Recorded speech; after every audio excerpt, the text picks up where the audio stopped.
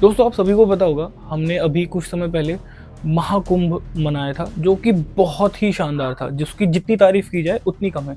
लेकिन क्या कभी हमने विचार किया है कि आखिर कुंभ हमारे देश में क्यों शुरू हुआ और हमारे ही देश में ये क्यों होता था?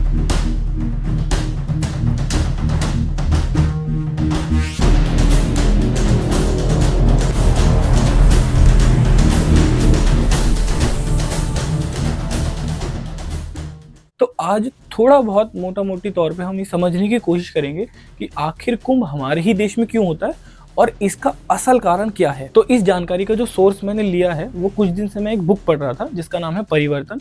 तो ये कुंभ की जानकारी का सोर्स मैंने उस बुक से लिया है और उस ही बेस्ड पे मैं वीडियो बना रहा हूँ क्योंकि मेरे को वो थोड़ा अच्छा लगा। बाकी कुंभ क्यों होता है इसकी एक माइथोलॉजिकल कहानी है, वो तो आप सब जानते ही होंगे। तो हम आज थोड़ा बहुत फैक्ट पे बात करने की कोशिश करते हैं। तो उदाहरण के तौर पे शुरू करते हैं, जैसे कि आप जो मेडिकल साइंस के बच्चे हैं या मेडिकल फील्ड से आते हैं उनको पता होगा कि कुछ दिनों बाद डॉक्टर्स की एक सेमिनार होती है जिसमें हर कंट्री से लोग जुड़ते हैं, डॉक्टर जुड़ते हैं और एक जगह बैठ के बात करते हैं कि कहाँ कहाँ पे नई बीमारियों की नई दवाइयाँ बनी हैं या किस दवाइयों में अपग्रेड किया है, कहाँ कहाँ पे किस किस तरह की रिसर्च हुई है। वो सारे एक जगह आके एक मंच पे आके इस चीज़ को डिस्कस करते हैं।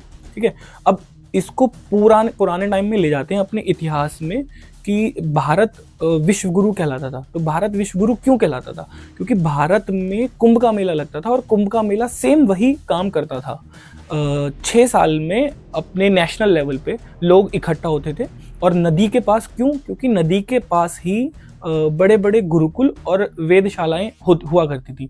तो लोग वहाँ पर इकट्ठा होते थे और महीनों बैठते थे और किसी ने कोई रिसर्च करी है, किसी ने कोई रिसर्च करी है, किसी ने कोई रिसर्च करी है।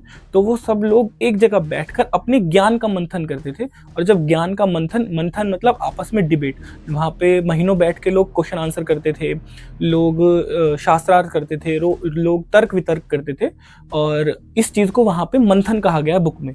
और ये उस बुक का स्क्रीनशॉट है, आप वीडियो को पॉज करके यहाँ पे पढ़ सकते हैं।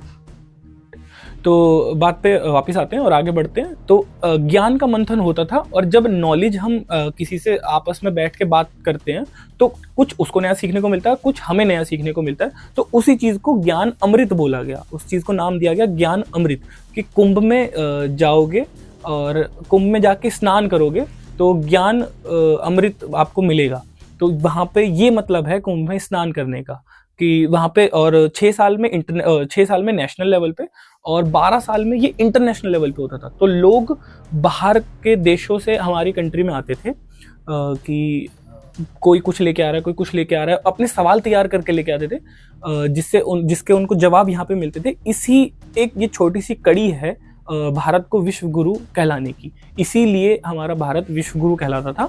और कुंभ का मेला कई सदियों से, कई लाखों सालों से हमारे यहाँ लगाया जा रहा है। अगर वीडियो अच्छी लगी हो तो लाइक, शेयर, सब्सक्राइब ज़रूर कर दें और अगर आप चाहते हैं ऐसे ही किसी और टॉपिक में मैं वीडियो बनाऊं तो मेरे को कमेंट सेक्शन में बता सकते हैं। तब तक के लिए आपसे विदा लेता हूं, मिलता हूं अगली वीडियो में। तब तक के लिए जय हिंद, जय भारत।